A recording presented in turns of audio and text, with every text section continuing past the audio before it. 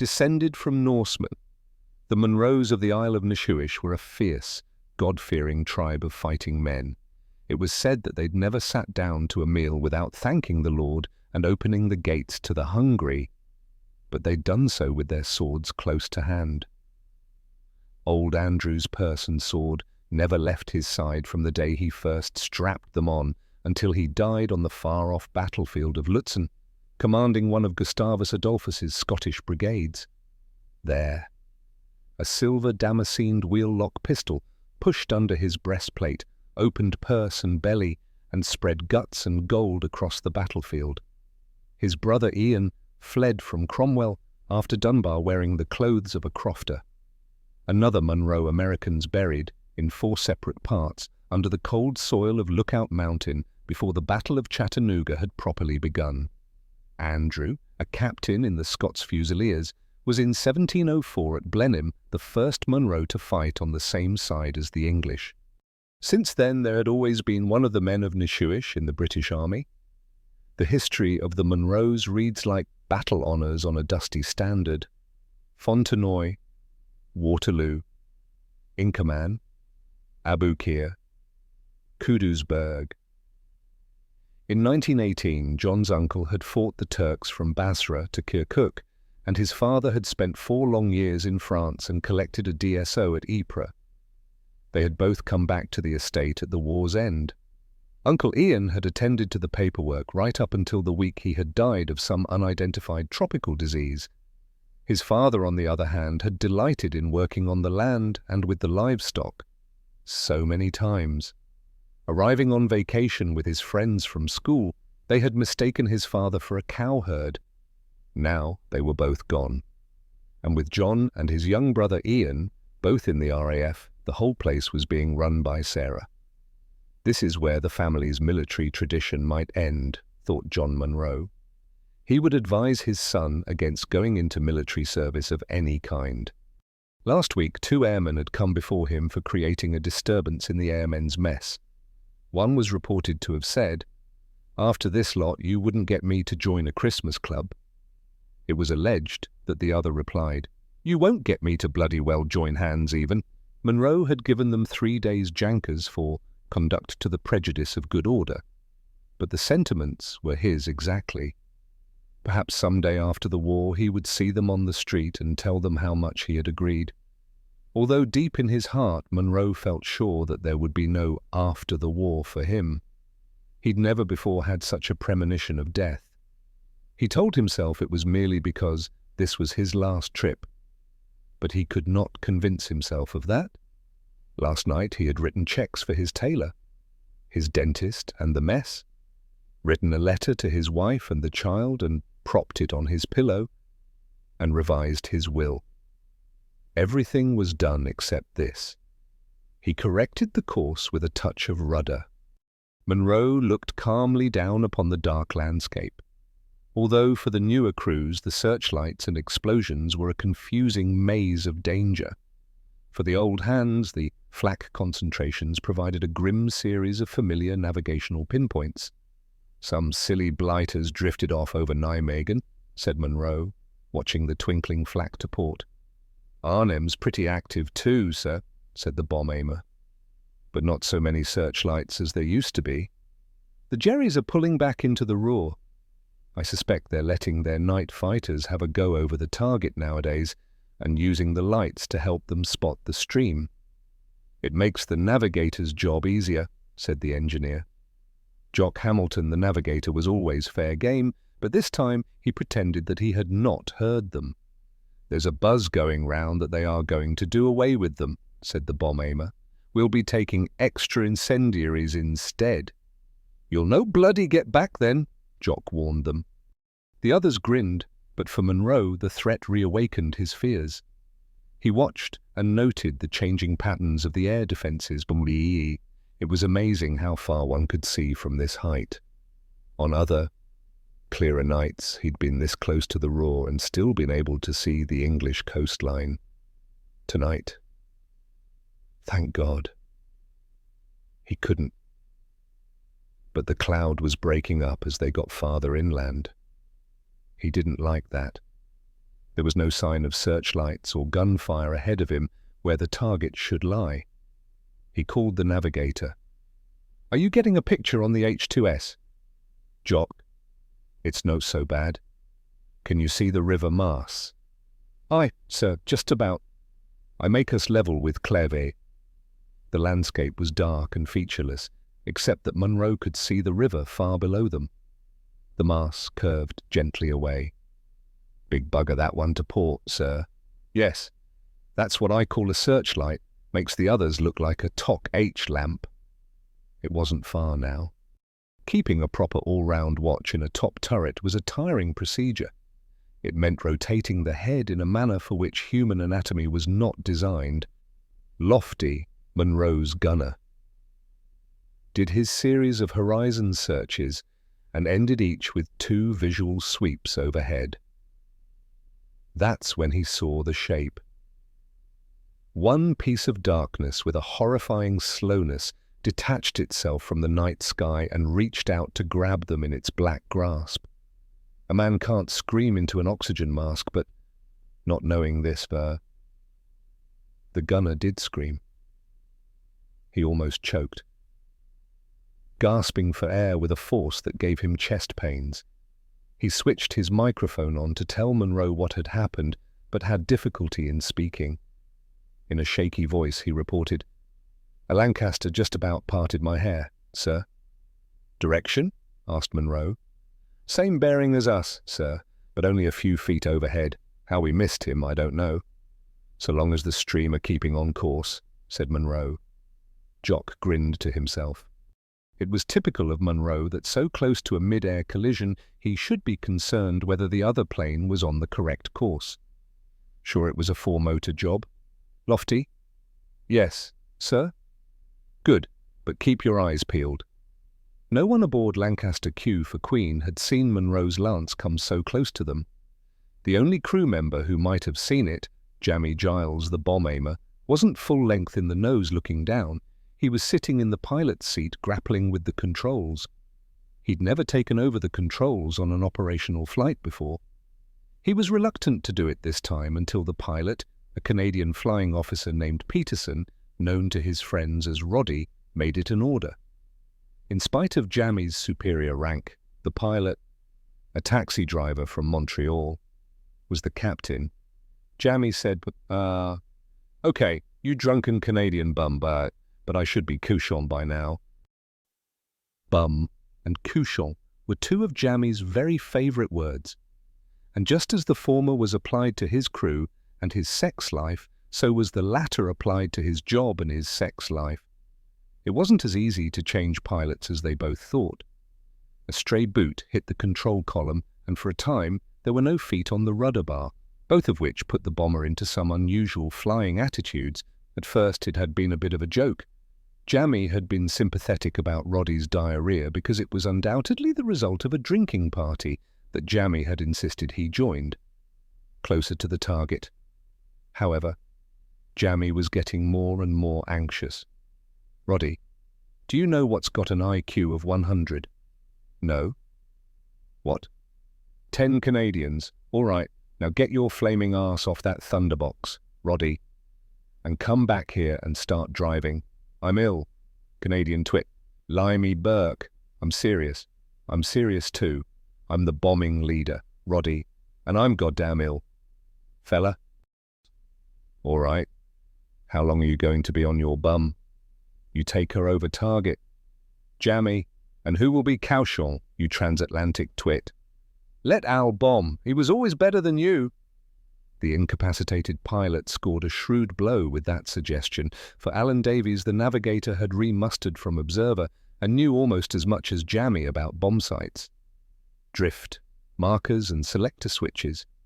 It was Jammy's strict instruction that the target should be identified both on radar and visually before bombing. Can someone hold Queenie straight and level while I do the couchant bit? Asked Jammy desperately. Whoever was at the controls would suffer Jammy's wrath as they tried to comply with his steering directions over target. They all knew this, and no one volunteered. Jammy sighed. All right. Alan, forget the H2S. Have a go at the bomb site, will you?" "Certainly, sir." Sir, said Alan, ex-public school town, ex-cinema manager from Festiniog. He gathered together the maps under his lamp and took a closer look at them. When Alan had last bombed, the target maps had been gaily coloured, fully detailed ones of the sort that a hiker would take on a cross-country stroll. Now the target maps were sombre things, inflammable forest and built-up areas, defined as grey blocks and shaded angular shapes. The only white marks were the thin rivers and blobs of lake. The roads were purple veins so that the whole thing was like a badly bruised torso. On the old ones, the rivers were bright blue and the trees green, and hospitals were marked with a neat red cross. But now the urban conglomerations were just shapes like the ill-defined blurs that passed across the H2S radar tube. That, of course, was the whole idea. The old maps were as ancient as the idea of looking over the side of the cockpit to see the enemy you bombed. The new grey, faceless maps were just one aspect of a new kind of war. Alan Davies switched off the H2S radar set. That was Jammy's toy. Alan had never liked it. He gathered his maps and notes together and moved forward. It was dark. He saw Jammy's helmeted head rigid and silhouetted against the perspex, and groped for handholds as the plane lurched to Jammy's inexpert touch. As he passed the pilot's seat, Jammy spared a hand long enough to pat his arm in encouragement. "Don't forget the fuse switch, Al, and look for the red oboe TIs first, then the greens. All right?" "Very well, sir." "Sir, how are you back there, Wall?" "Roddy." "Goddamn miserable, Jammy." It had taken the pilot several agonizing minutes to undo his flying clothes in order to use the Elsan chemical closet. Whoever decided that the flying meal should include beans had never suffered from wind at high altitude. The distension of the stomach and bowel that at ground level is merely painful becomes agony at 16,000 feet. Roddy Peterson had the added pain of an inflamed intestine. Originally he'd wanted to vomit, and then a wave of shivering had hit him, followed by an urgent looseness of the bowels. Here at the back he'd plugged in his intercom and oxygen, but at 16,000 feet, with his trousers round his ankles, he was very cold indeed. In spite of being chilled to the bone, he was sweating and could feel the perspiration trickling down his neck and back. He still felt sick, and inside him there was an empty feeling of misery. Back here in the tail, every trace of Jammy's inexpert piloting was magnified into rolling motion and sickening drops through space. He'd never realized before how dark and lonely it was for the rest of the crew. Looking forward from the Elsan, all he could see was the feet of the mid-upper gunner as the turret traversed with sudden purrs. When they flew near cloud, there was enough reflection for him to see the gunner's arms too. Beyond that, the tunnel of aluminium formers and ammunition runways seemed to extend for miles. Sometimes, like day at the end of a railway tunnel. He saw a pinpoint of yellow from the navigator's desk lamp. It was noisy here too. The roar of the engines was much louder from behind, and the wind buffeting the tail bumped and groaned, and curious little clinks came from the girders around him. Now and again there was the explosion of a flak shell nearby, and once there was the pitter-patter of spent shrapnel knocking upon the metal skin. All the time he felt a desperate frustration at not knowing what was going on. "You left your parachute on the seat here, babe." "Roddy," said Jammy Giles over the intercom, "one of the boys will bring my harness down to you. The chute is in the rear stowage. All right?" Roddy nodded. "Hear me?" "Roddy." Roddy was racked by another awful pain and a bowel movement that drained the life out of him. He groaned and scarcely summoned the energy to switch his microphone. "I don't want to shoot. I just want to die." At the controls, Jamie saw an extra big searchlight moving across the sky towards them. It looked very blue, as he'd been told the master searchlights were, and he pushed the rudder bar urgently. Without any bank, the plane simply yawed sideways, skidding through the sky and lurching as the propellers tried to renew their grip upon the air. "Yes, all right. Hold on to your Elson," said Jamie. "This might be your big chance." Jamie gave a characteristic mirthless guffaw, modified by the oxygen mask he was wearing. Himmel saw the same big searchlights. As they swept across a patch of cloud, they lit it like frosted glass. Conspicuous upon that white patch, like a cockroach on a counterpane, was the black silhouette of an aeroplane, and then came a second bomber, slightly smaller. Announcement, kettle drums, kettle drums. He thus dispensed with his radar station's services. Himmel had already followed one contact right across the zone of the Würzburg without success and was about to fly back along the stream and begin again. He switched on the Revi sight, and an engraved cross and circle lit up on the glass before him. He put the junkers into a steep dive, turning onto the same course as his quarry. The bomber had been at least 1,000 feet below him when he'd spotted it, and he watched the next patch of cloud, hoping that he'd see it again closer to... At 15,000 feet, he leveled off, but continued on the same bearing. He'd only seen the bomber for a second or two, and he might have misjudged its heading. Then the observer saw it again, 100 yards away, much larger and just above the starboard horizon. "There he is." Himmel stole a glance at it. Too fast. The speed of the dive was still affecting their forward motion, and even throttling back drastically didn't help much. It was damned near. Himmel pulled the nose up. They slowed. It would put them above the horizon for a moment or two, but it was better than showing them his exhausts. "Corkscrew port go," shouted Lofty Lee from his upper turret, and began firing as Monroe slammed the stick over and stood the bomber on its wingtip. Lofty's machine guns tilted high above him as he tried to keep the night fighter in his sights while his own plane banked vertically and slid down. It was impossible. Monroe grabbed the throttles and reduced the forward speed and exhaust flame to minimum and had the satisfaction of seeing the junkers pass rapidly over him. Its exhausts glowed brighter and brighter as the angle narrowed, and he was right ahead of them. "Don't fire, anyone," said Monroe. "He's lost us." He'd seen his bomb aimer dodging under the ring of the front turret. It was tempting, of course. For now, positions were reversed. Himmel's junkers was silhouetted against sky and moonlit high clouds. Monroe kept in the blind spot behind the junker's tail and vanished against the dark background of Earth.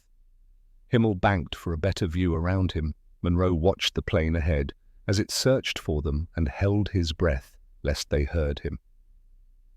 "Everyone all right?" asked Himmel. "One bullet starred the cockpit glass," said the observer. "Those piddling things don't do much damage," said the radar man. "Not to you, buried under all that machinery," grumbled the observer. "Keep looking for him," said Himmel. "We'll never see him in that muck," said the observer. "He knew what he was doing," said the radar operator. "My fault," admitted Himmel. "It's so seldom the Tommies spot us that I've grown complacent. I climbed. Well, I should have dived and circled behind him. They're lucky, those Tommies. Not many get away as easily as that. Probably old-timers. Someone else will get them," said Himmel. "Keep looking." They kept looking, but finally Himmel had to tell his controller that he had lost contact. "Good work, Lofty," Monroe said to the tiny upper gunner who had warned them of Himmel's approach. "I thought he was a Wellington in the stream at first. Then he went a little higher and I got a good silhouette of the bastard." "It was good work," said Monroe. "Keep your eyes peeled at, everyone. They'll put up every night fighter they have on a night like this." Cautiously, Monroe put the nose up and began to climb to his assigned bombing height. Some bomb aimers were seeing a town under attack for the first time. in Jammy's plane. His navigator, Alan Davies, had done so many operations hidden behind his curtain that he'd almost forgotten what a target looked like. Battersby, in creaking door, stared down at the fires and flashes, and for a moment forgot his duties. He'd expected the fires and markers to look much bigger, as they had in the training films he'd seen, but they had been photographed with telephoto lenses. From 4 miles high, even a whole city block on fire was nothing more than a pimple of red in a vast bowl of darkness. A tiny red glowworm was all that could be seen of fires that stretched from the gasworks to the brewery sidings. It was such a muddle, too. At the briefing, the plan was so clear. Red markers, then greens and yellows accompanied by the HE illuminators scheduled to arrive before the finders. Now, looking down, only the most experienced crews knew what was happening. Battersby couldn't distinguish a fire from a descending marker, or the flicker of an exploding bomb from the slower photoflash. Wrong wind predictions had thrown the weight of the stream northwards and would have made the timings wrong even if they hadn't mistaken the target. Altgarten was 9 miles closer than Krefeld, and the immortal Lutz yellow had marked neither. Main force Sterlings were arriving even before illuminators. Some primary markers had had doubts about the correctness of the markers and had circled several times looking at H2S, thus making themselves late. Altgarten now was a meaningless chaos of greens and yellows, fires, photo flashes and explosions. "The H2S is acting up." "Sir, I'm going to bomb the central fire," said Monroe's bomb aimer. "Okay, bomb aimer," said Monroe. "She's all yours. Left, left. And a bit more. Now we're nice. Steady. Left. Left." The fires were like little furry animals, their edges softened by the smoke. And like animals, they seemed to breathe, expanding and contracting as the flames inhaled the surrounding air currents. Sometimes it was possible to see the tiny flicker of dozens of incendiaries as they landed and glowed pink. Much larger. The HE bombs flashed and were gone. From each aircraft came a photo flash bomb which exploded above the target with 7 million candle power of light that lasted longer than the bombs and threw enough light upwards to illuminate the bombers. One of these was going off every 3 or 4 seconds. Monroe, listening carefully to his bomb aimer's instructions, saw by the light of one photo flash 8 aeroplanes close around him, and was so frightened that he made himself stare at his instrument panel. Left, left. Steady. There was no mistaking the instructions, since the word left was always said twice. Adding steady without pausing was his way of telling Monroe to only touch the left rudder. Steady, steady. Plenty of flak now. The row of tiny fires crept along the bomb site wire with agonizing slowness. The Volksschule fire, the gasworks fire, the Näringstrasse fire, the Altmarkt fire pulsated like red embers on a sooty fireplace. The bomb aimer waited for the largest one, the hospital annex.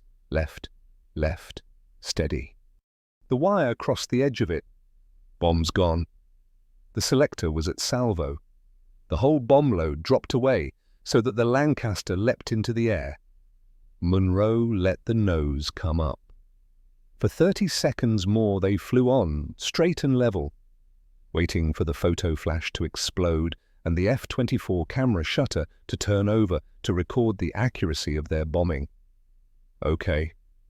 Monroe turned, gently. Let's go home. Only 100 yards behind him, Jammy Giles was doing his best to follow his bomb aimer's instructions, but he consistently overcorrected. Left, left, said Alan. Right, too far. Left, left. Steady. No, too late. Right, steady. Yes, that's good. Hold her like that, steady, left, left, Jammy, left. Left. More. The plane yawed across the target. The yellow markers slid past, well to the left of his bomb site mark. Under him came the Lieberfrau Church. The control column kicked against Jammy's sweaty grasp. Bombs. Gone. Jammy. Jettison bars across Widdis, and it wasn't awfully good, I'm afraid. "Let's get out of here," said Jammy. He tipped the wing down and with the engineer's help increased the airspeed. "Wait for the photo flash," shouted Roddy as the plane tilted. "Bugger," said Jammy. "I forgot. Oh well, give me a course for home." Alan was looking back through the clear view panel into the bomb bay to make sure that the racks were empty. The 2,000-pound BHE, the incendiaries, and the 1,000-pound BHEs had all gone. He tried to visualize the plot in his memory. Steer 280 for exactly 4 minutes. Jammy, by that time I'll have got a new course for home. Close your bomb doors. Clot, I forgot that. But that you really forgot, said Roddy archly. Now listen. Roddy, you bum. I didn't turn off like that to avoid getting a photo. Flanneling limey bastard. Deserter. Have you been drinking, Jammy? Said Roddy. There was a moment of hesitation. Only a couple, said Jammy guiltily. And suddenly his crew had discovered an awful secret about Jammy's lively indifference to danger. No one spoke for nearly 5 minutes. They were all silently vowing that no one else on the squadron should know. It was now a family secret. In the pilot's seat, the first red flush of embarrassment had faded from Jammy's cheeks. It was better that they knew. In the Rathaus, the burgomaster's telephones were ringing continually.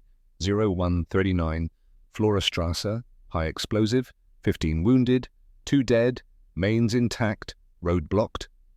The telephonist bit her lip as she impaled her written message upon the spike with the others. She lived in Florastrasse. 0140, railway line near brewery, high explosive, no casualties, railway blocked. 0141, St. Antonius Hospital, high explosive, unknown casualties, mains intact, road blocked. Monroe's cookie hit the St. Antonius Hospital. It landed squarely upon the front steps of its neoclassical facade. The fine columns and the great pediment collapsed, and some of the girders followed it. Luckily, the front of the hospital consisted of offices. The main staircase, the nurse, the lift, the inquiry desk and storerooms. One of the operating theatres was severely damaged too, although the boiler house below ground escaped. The heating system and hot water supply were in full working order as soon as the broken pipes had been cut out of the system by screwing up the valves. The doorman lost one of his legs, and a doctor suffered bad scalds on his upper body from the broken central heating. 2 theatre nurses had to be treated for shock and small multiple injuries. 4 patients were cut by flying glass. At the time, it seemed a miracle that so little damage had been done to the hospital by such an enormous bomb. On the other hand, the raid had scarcely started yet, and the damage to the steelwork had made the whole structure unsafe. More immediately, since the sloping ramps and the big, bed-size lift shaft had gone, it meant that there was no way of evacuating the bedridden patients from the upper floors.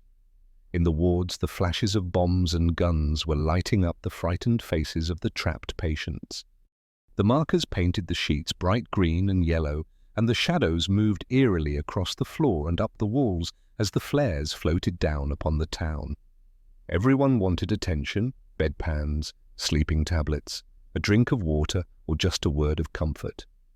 The ones that could walk insisted upon going to the toilet, even though that was forbidden once the night shift began. They huddled at the window, these frightened, privileged, mobile few. One of the Afleitlants dropped a salvo near the Lieberfrau Church. Then Jammy Giles came across the town. Bombs gone. Jammy? It wasn't awfully good I'm afraid. The explosion shattered more of the hospital windows and threw a dozen patients full length to the floor. The far end of Dorfstrasse was just hot rubble. Get 24 nurses from the dance, ordered Matron. "They are in the shelter," said the ward sister. "We need them here," said Matron. Throughout Altgarten, a special burden of responsibility had fallen upon men of experience. Luftschutz officials, transport workers, gas engineers, electrical fitters and telephone linesmen had all begun to take their orders from the men who had experienced in other towns air raids of this ferocity. The fire chief, for instance, was depending upon Johannes Ilfer's 18 months' duty in Cologne to provide solutions to the problems that arose this night, but Ilfer knew that for many of the problems there were no solutions. Altgarten's population was about 5,000. For each person there was 30 gallons of water per day. A sum based upon a 15-hour day shows a total need for 10,000 gallons per hour. A town's fire capacity was the margin of extra water for its fire brigades, and for Altgarten this was calculated as double the normal rate. So Altgarten could produce 20,000 gallons of water per hour through its arteries until high explosive bombs sliced those arteries and incendiary bombs by the 1,000 produced fires on a nightmare scale. To supply its water, most of the town's pipes were of 25 centimeter diameter, but the expensive new houses along Dorfstrasse and Münchenstrasse all had bathrooms, and so the next size of pipe had been fitted in those streets, and the next size was 35 centimeters, small by big city standards, but tonight the large capacity pipes along Münchenstrasse and Dorfstrasse had become a vital defense in the Battle of Altgarten.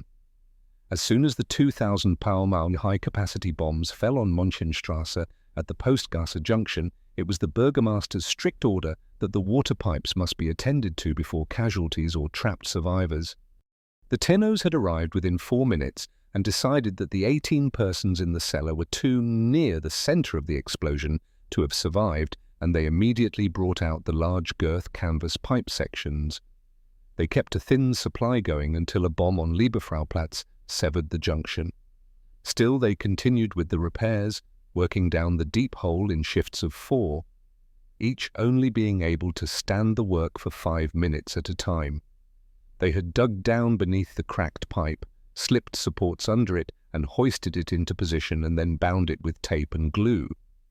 The men had been virtually immersed in liquid mud created by the water flow, for it would have taken the turncock half an hour of walking in a tight circle to close the main. Since water was coming from the pipe during the work, the mud became more and more liquid, and only by the quick-witted action of the winch operator on the standby lorry was Gerd Burl pulled out of the mud into which he had gone up to the armpits. It was 0146 when Jürgen Löwe, a Hitler-Jugend messenger boy, arrived at the Rathaus. He carried his bicycle down the steps and propped it inside the sandbagged entrance. The Münchenstrasse water pipe has now been repaired. The burgomaster nodded. "Heil Hitler," said the boy. "Heil Hitler," said the burgomaster. The waterworks master was dead. Now that the main pipeline was repaired, the burgomaster had to make a decision for which he had no training. The city stream passed near to the waterworks and then curved back to become what had once been the inner moat of the old town. Nowadays it was one of Altgarten's most decorative features. Swans on the stream came majestically past the old timbered houses, and a patient photographer could be rewarded by one of the most beautiful tourist views in the whole region. In summer the stream dwindled to little more than a gutter, and in the last few rainless weeks there had been little more than damp weed there. But at least the stone canal was intact, if his most recent reports were to be believed. What was more, the irrigation valves could isolate the town section of it. If the burgomaster deliberately pumped the water supply into the moat, then the firemen would have a meandering supply of water right in the heart of the old town, where the fire hazards were greatest. Each pump could take from the part of the stream nearest to the fire. He looked at the map. There were so many fires: the Lieberfrau Church, the houses near the gasworks, the Volksschule, Näringstrasse, the old market and the hospital annex. Most of them would benefit from the stream being flooded. Now that the Münchenstrasse pipe had been repaired, they could take water out of the moat at one end of that street, pump it through the large-capacity Münchenstrasse pipe, and use it at the other end where the hospitals were. On the other hand, the stream water was not fit for drinking, and if he pumped it into the clean pipes of the town supply at Münchenstrasse, he would have to order all drinking water to be boiled for 20 minutes before use. That would be a great encumbrance to the hospital, soup kitchens, and every living person in Altgarten. Furthermore, the water pipes would have to be cleaned next week, and he would be called to account. That was just one of the problems. He shuffled the memo slips on his desk. The gasmeister had stopped sending messages by now. The gas was turned off at the gas holder. The oldest parts of the town, where they still used gas lighting, were in darkness. Here and there, pockets of gas in the broken pipes were still blazing fiercely, but they would soon burn out. There would probably be no gas in the town for 3 days. 4 times the NSV had phoned to tell him the vats of potato soup could not be ready because of the gas cut. "Then let them have cold soup," he finally snapped at them.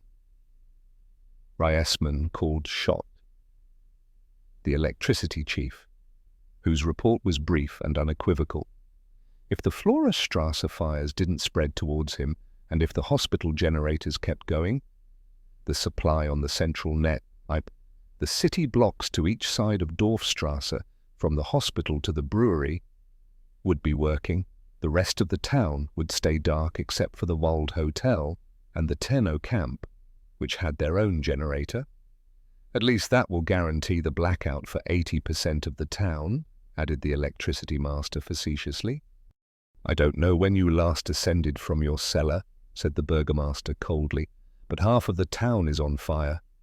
You could read a newspaper by its light, even as far away as Frau Förster's sheds. If you would prefer me to be reading a newspaper at Förster's sheds, Herr Bürgermeister, I will go there, but at present I am trying to keep the electricity supply of this town going in spite of losing my senior engineer and my most experienced foreman." "Continue to do that, Herr Schott," said Reisman angrily. Actually, Schott was being most restrained in his answer, for his chief engineer and foreman were laid out in his office. To get to his plans chest, he had to step over them. They had both been killed by the blast from one of Jammy Giles' 1,000-pound medium-capacity bombs. They had fallen backwards and landed in a heap in the doorway of his room, with only a Hitler Jugendboy to help him. Schott hadn't been able to get them up the steep cellar steps. So he had pulled the bodies into his office until a stretcher party could be spared. In the Rathaus, the burgomaster ran his fingers along the course of the city stream, a blue mark on the map. A Luftschutzpolizei girl marked the map with a wax pencil as the reports came in. The southern part of the nurses' training centre was alight, and they had had no reports from the amputee centre for some time. He suspected that the phone connection had gone and hoped the Tennos would be stringing an emergency line. If the fire jumped to the old buildings, then the St. Antonius Hospital would be alight, and that was packed with sick people. Some of them would be very difficult to move. He remembered that the electricity chief had made the hospital generator a condition upon which the supply of the central net would depend. Also, he had said that the fire must not approach closer to the electricity station. Electricity was still reaching the most vital sections of town: his control room at the Rathaus, the police station, the emergency Tenno command post they had set up next door. Party HQ with its soup, ration cards, blankets, money, etc. for the homeless. As long as the electricity on the central net worked, the phones would work, and there would be a chance for his town to survive. He turned to the girl. "Put the city stream into the Münchenstrasse pipes," he said, "and pump from the waterworks to keep the pressure going." The Tennos were at the waterworks. He was confident they could manage. The Luftschutzpolizei girl at the phone nodded. She had never expected him to do otherwise. So many decisions were like that.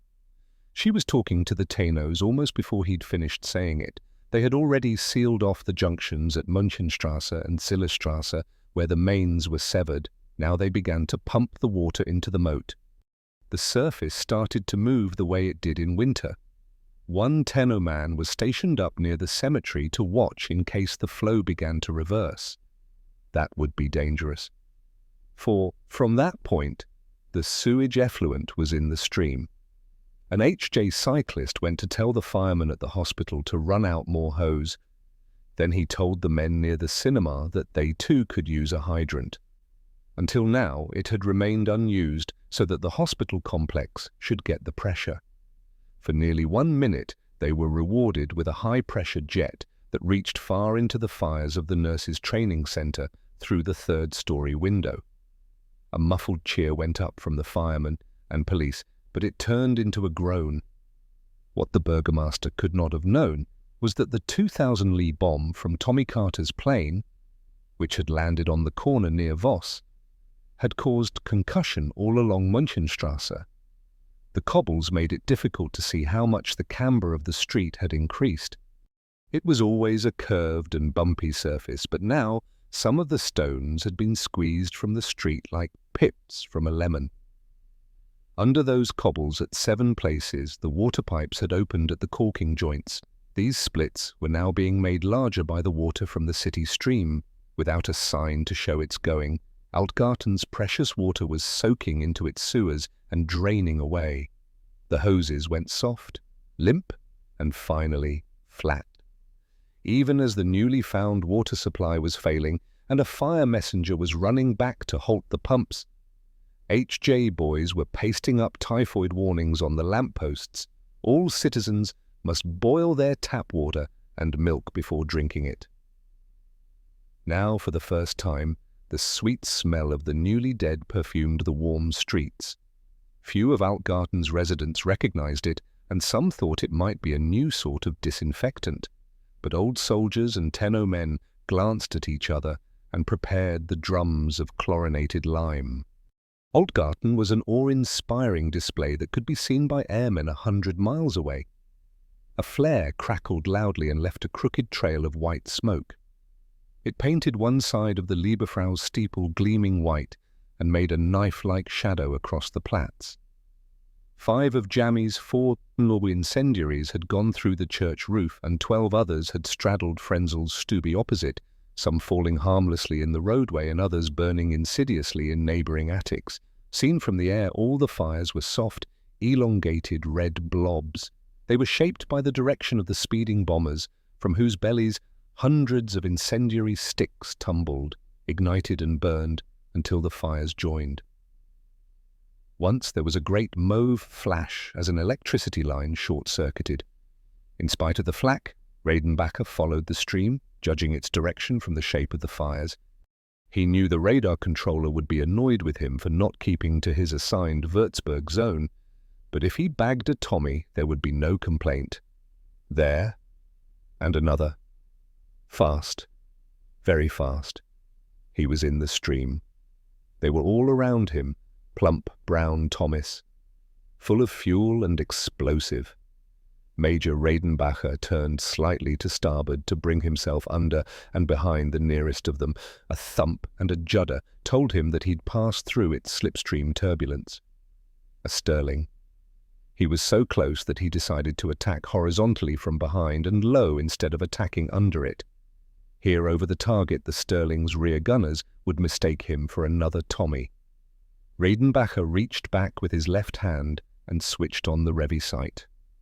He turned the illumination low. He had modified the sight with strips of gummed paper so that the range estimator ring surmounted with a cross was merely 4 dull red T shapes pointing inwards. He was so close that 2 of the T's cut the wingtips off the plane ahead. Skillfully he adjusted his speed to that of his target and switched his guns to fire. He pressed the gun button and the cannons and machine guns hammered away like road drills, their trails scratching the sooty night sky. Redenbacher watched the shells entering the bomber with a detached interest that frightened even himself. The light from his gunfire illuminated the tail of the Sterling.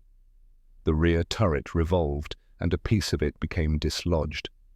It sped towards him, growing larger at a frightening speed until it filled his windscreen, and with a terrible thump that shook the junkers, it turned the windscreen glass black. unable to see. Redenbacher's flyer's instinct took control. He climbed steeply up through the stream. More shapes, that might have been bombers, were seen as dim blurs through the dark, dribbling fog that eclipsed his forward vision.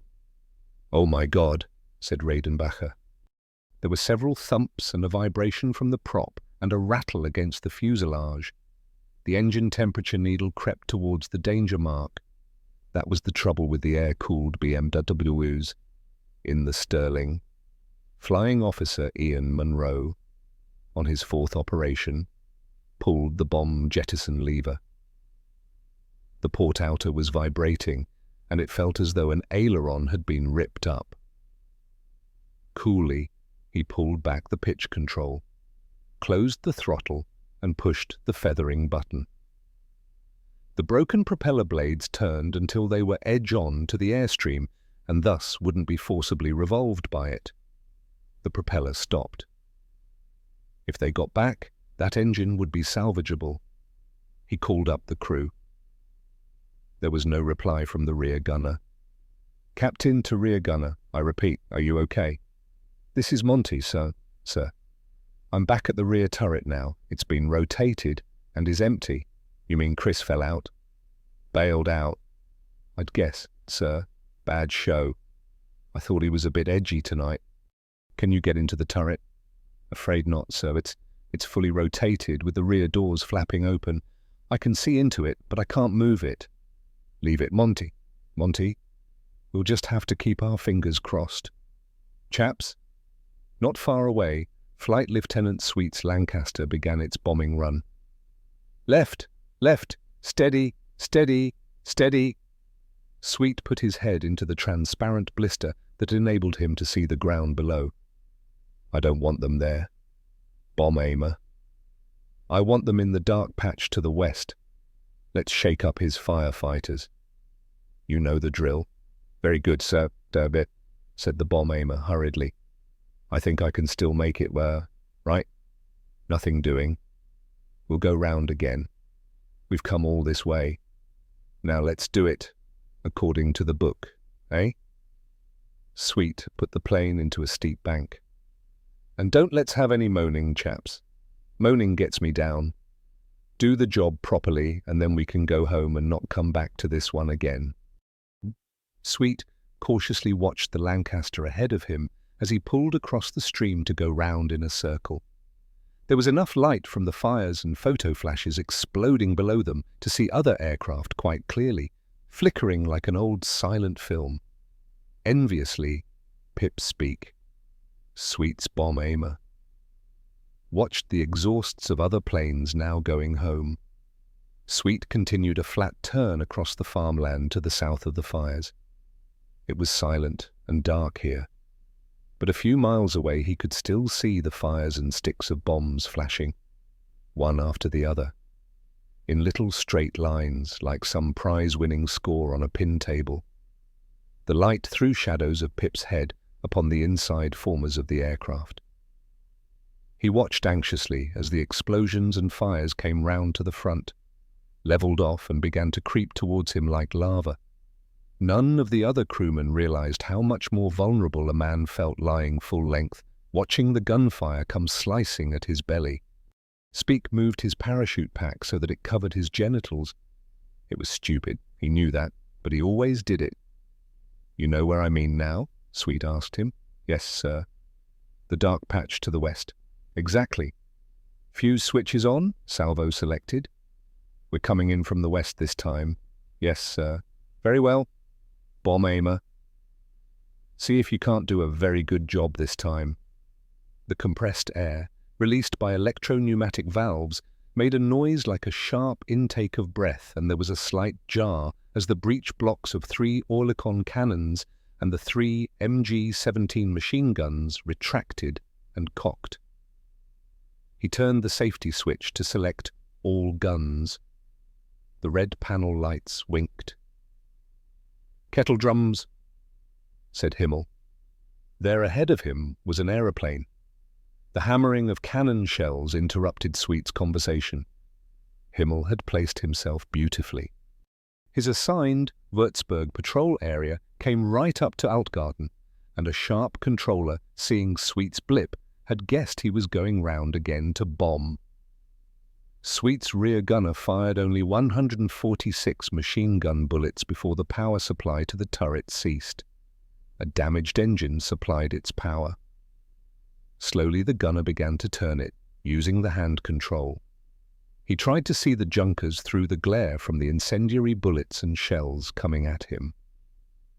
The turret's perspex shattered into sharp, angular pieces, and sparks flew from the gun barrels. The rear gunner was the first to die. Himmel's incendiary shells also hit Sweet's port outer engine, and its coolant burst into flame with an audible spasm. Sweet flipped the throttle forward and then fully back. "Close mastercock for port outer," he told Murphy. "It's off," said Murphy. Sweet pushed the control column forward to maintain airspeed, but there was no response. He pressed the feathering button and closed the radiator. They waited for the propeller to stop turning. There was enough light from the fire to see it clearly. Sweet struggled with the controls. The ailerons were badly shredded, which tipped the Lancaster 15 degrees from level, and bent rudders caused it to steer to port. All the while there was an awful vibration threatening to shake the plane apart. Sweet joggled each of the throttles and found that the vibration slowed with the starboard outer's one. "Close master fuel cock for starboard outer," ordered Sweet. "Starboard outer off," said Murphy. The vibration slowed, but only a little. "It won't feather, and I can't get her to fly level. We're losing fuel from the port tanks. That's unbalancing the trim," said Murphy. "A broken blade is causing the vibration." The two men looked out at the fire. It began in a perfectly straight line along the wing near the trailing edge and ended in a wispy, ragged edge far behind. So far, only the petrol spray leaking from the broken fuel tank was alight. Sweet pushed the button to operate the Graviner extinguishers, but there was no visible difference. Sweet leaned forward on the control column, and gradually the nose dropped. "Don't dive, skipper," said Murphy. But Sweet had heard too many pilots boast of dousing an engine fire by diving to be persuaded against it. Unfortunately, many pilots had found that increased speed only fanned the flames, and sometimes the metal itself caught fire.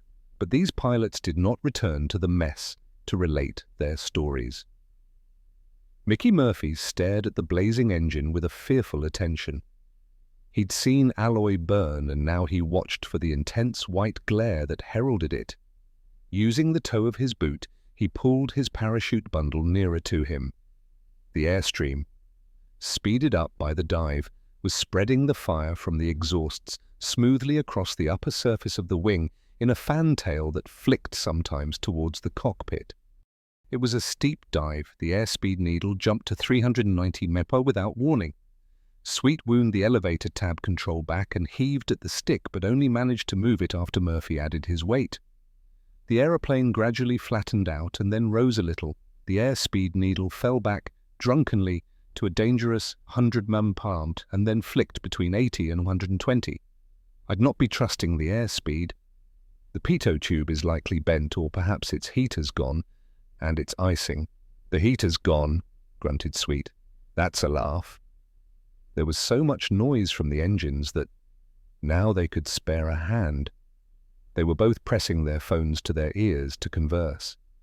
The altimeter showed a height loss of 2,000 feet, but Murphy no longer believed any of the dials.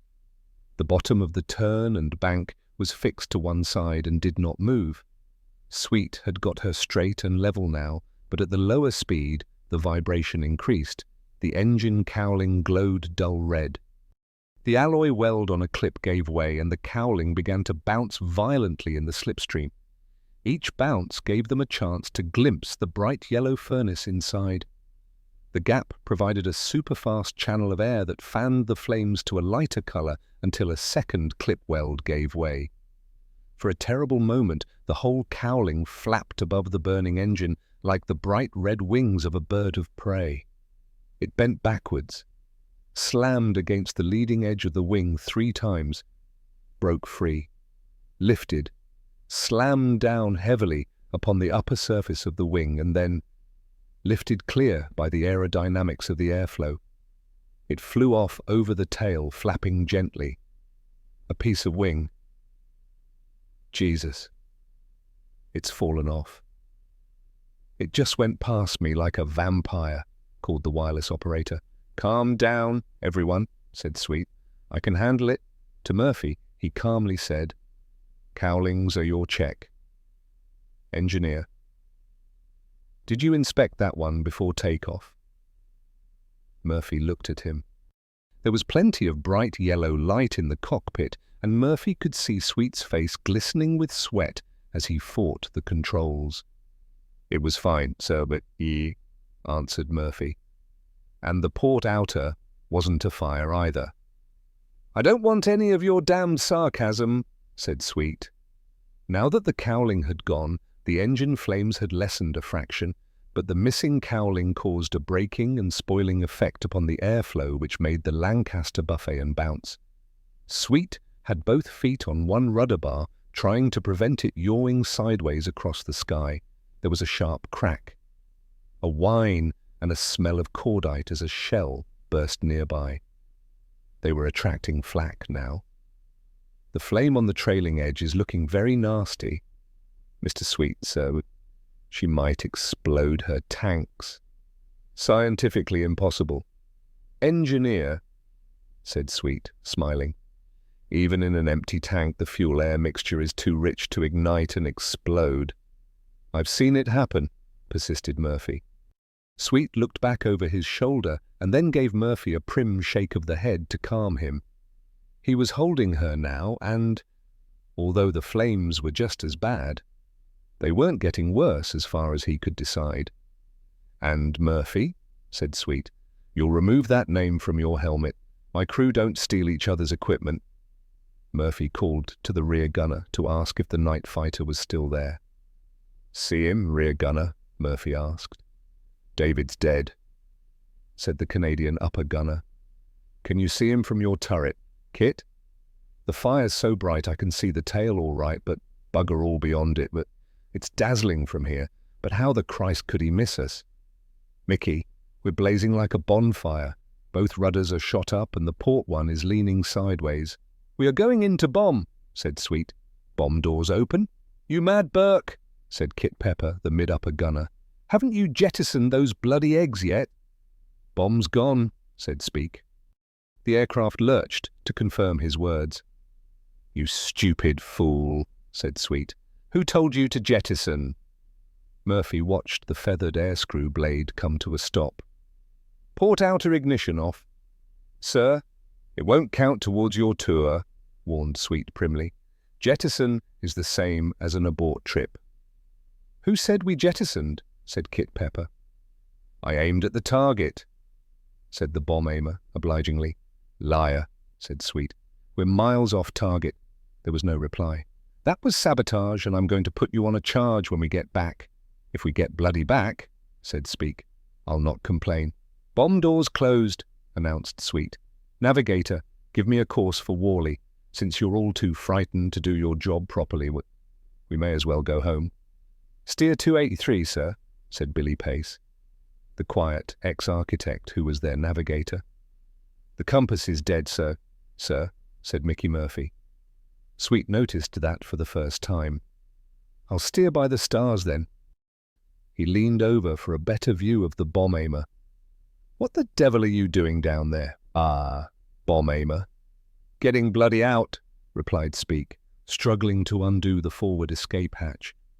They may give the Victoria Bleeding Cross to pilots who press on in flaming Lancasters, but not to bomb aimers they don't. You'll be court-martialed, and you'll be dead, said Speak. Murphy watched him.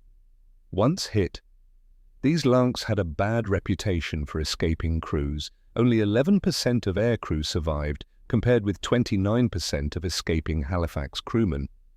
Pip Speak got the hatch open and, as if frightened that Sweet might leave the controls and grab him, he dived head first through the hatch. There was a thump as his legs hit the side of it and one flying boot remained inside the nose. A rush of wind coming through the hatch jolted Sweet. Towards the rear of the Lancaster, the wireless operator and Kit Pepper, the upper gunner, were unable to open the entrance door. Bravely, they had struggled to dump hot flares and signal cartridges down the flare chute. One of Himmel's cannon shells had bent the door lock, but they hammered at it with the fire axe and kicked it open a little. Axe blows vibrated through the fuselage. Sweet had felt the weight of the two men move back towards the tail and had revolved the trim wheel to compensate. He guessed what they might be doing. No one leaves the aircraft, and that's an order. I don't care if I court-martial all of you. Okay, Cap, said Kit Pepper, but he didn't pause in his efforts to open the fuselage door. Kit signaled to the wireless operator that he was going to squeeze himself out through the bent door. The other boy nodded agreement.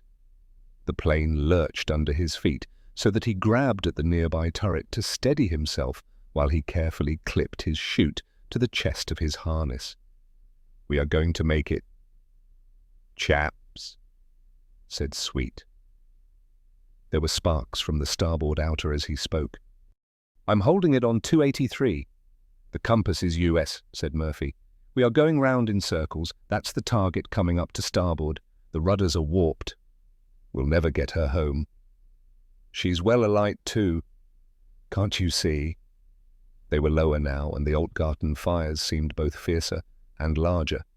Most were lemon or pink in colour, but now there were deep red ones too, where the fire had got out of control. Himmel came in for another pass. The explosions of the cannon shells echoed inside the Lancaster's metal fuselage like a cricket ball in a biscuit tin. 3 of Sweet's windows starred, and the engine fire was seen through them as only a pink glow. Near Murphy's feet, there were 3 black discs like bent gramophone records. Wondering what they were, Murphy saw a searchlight beam pass each in succession and realized they were gaping cannon shell holes in the aircraft's stressed metal side. Still, the shells were exploding. Murphy heard someone scream, and there was a whine of flying metal fragments. To the starboard side, high, at about 4 o'clock, he saw another Lancaster flying straight and level. The flaming port outer of S Sweet illuminated the other bomber from underneath in an unnatural way that made it like a model used in a film. It kept too still and flew too perfectly straight to be real, thought Murphy. The flames shone on its propeller blades like 4 silver discs, and Murphy could see the little white patch that was the nose and eyes of its pilot, and he knew he was saying, "It's them that are about to die and not us, and I thank you truly, O Mother of God." Murphy tapped the oil gauges. 89 degrees were not too bad, and 70 pounds per square inch pressure was normal. The temperature and pressure readings for the windmilling outer starboard were almost normal too, but that was just a momentary mechanical freak. He expected it to seize up very soon, and that would put even more strain on Sweet's abilities, both physical and mental. Bang, bang. There were more hits. He could feel each one shake the metal floor. He decided it was hopeless, but he'd always had this petrifying terror of parachuting, and even now it didn't leave him. Fighter pilots either made a kill soon after being assigned to a squadron, as Himmel had downed a Polish bomber near Lodz, and then went on chalking up kill after kill, or else they never even damaged the paint on an enemy plane, no matter how often they went into combat. For this second sort of flyer, just staying alive for 50 sorties was a notable achievement.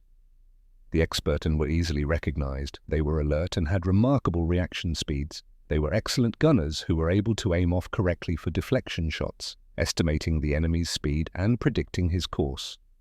An expert could control his aircraft to get very, very close to the enemy and hold that gun platform rock steady long enough to kill. 3 seconds could be enough. Himmel was an expert, while pilots like Beer would never make it. Driving his racing car had called for boldness, but not this degree of judgment. Beer hose-piped his fire all over the sky while his plane was yawing and skidding. By the time he'd corrected his flying, the enemy was already into another evasive maneuver. Given an enemy flying straight and level ahead of him, then Beer might have shot him down, except that he probably wouldn't allow his plane to get close enough for more than 10% of his gunfire to strike home. But unfortunately for Sweet and Murphy, it wasn't Beer who was attacking them. It was Himmel. He watched the Lancaster growing in his gun sight as he came in as steady as a freight train. As if seeking its own destruction, the target's wingtips reached out for the range rings. Bang! Bang! Bang! During the 4-second burst, 47 pounds of steel and high explosive left Himmel's guns, and much of it hit S for sugar. Both the men levering at the exit door saw Himmel's junkers closing upon them from the starboard quarter for his third pass. Kit switched on his microphone to warn Sweet, but all anyone heard was the beginning of a scream. A shell hit his belly and blew his shoulders from his legs. It atomized his trunk into a spray of red foam that covered the inside of the fuselage as far as the rear spar. The wireless operator standing beside him regained a brief consciousness, drifting through the air under a parachute canopy. He felt cold and sleepy and a little drunk. His femoral artery was severed, and he was losing blood as fast as his wildly beating heart could pump it into the night air. He died 4,000 feet above Altgarten. The plane gave an agonizing lurch. Until that moment, Billy Pace, the navigator, had not been frightened. But, having survived Himmel's third pass, he urgently needed the reassurance of a solid, Earth-like, well-built platform under his feet. But Sugar sagged and dropped 50 terrifying feet through space before regaining stability in a sickening groan of straining metal. The rear part of the fuselage was being wrenched from side to side by the airstream over the badly bent rudder. Each waggle made more rivets ping loose. Air rushing across the torn metal edges of 24 holes in the fuselage made a loud and constant flute-like scream. Billy Pace tried to climb out through the escape hatch on the roof above the main spar even before he had consciously decided to jump. He had clipped his parachute to the metal clips on the chest of his harness, but could not get through the small hatch. Patiently, Pace eased his shoulders back inside the aircraft and unclipped the parachute. Then he climbed out through the roof, holding the parachute bundle in his hand. The airstream hit him like a hammer. It smashed against his face and chest at 230 mph and pinned his legs against the edge of the hatch. Inch by inch, he dragged himself into its overwhelming force. It crushed his body and prevented him from inhaling properly. Suddenly, the airstream overcame the strength of his arms and threw his upper body hard against the fuselage, twisting his knees in doing so. Then it plucked him out of the hatch. The fire from the port outer enabled him to see as if it were daylight. He grabbed for a handhold, but there was none.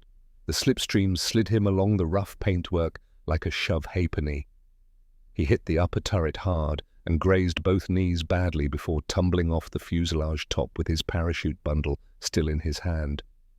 Beyond there was just space, and into that he fell. He dropped, bowling over and over, and saw the aeroplane, and then the moon, pass over him. The tail wheel was only a yard away from his face, and because for a moment his speed was almost equal to that of the aeroplane, it seemed to move very slowly. He knew that his parachute was useless unless fixed onto the clips, and cried tears of desperate rage as he fumbled for the metal rings. He had fallen 4,500 feet before he realized that he could look down at his hands to see what he was doing. Then he was able to affix one hook with no difficulty, but he could not get the other one fastened. He did not dare look towards the ground, but out of the corner of his eye he noticed the searchlights and the Altgarten fires circling slowly around his feet and growing bigger every second. He decided to hold the parachute across his body with one hand and pull the ripcord depending upon the single clip. When he pulled it, there was a jerk that spun him sideways, suspended from one strap. The canopy opened with a slap of air, and Billy Pace, whole and unharmed, drifted gently into the zephyr-like warm winds of Altgarten.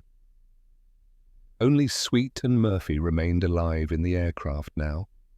After the bomb-aimer went, a gale of great intensity blew through the open hatch into the cockpit. "Abandon," said Sweet. "Clear off." "Murphy, I know you are only waiting for me to say it." Mickey Murphy nodded.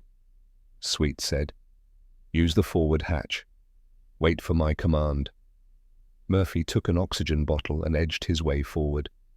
He gripped the underside of the pilot's instrument panel and swung himself under it. He had to use all his strength to move against the 200 miles-a-mile wind coming in.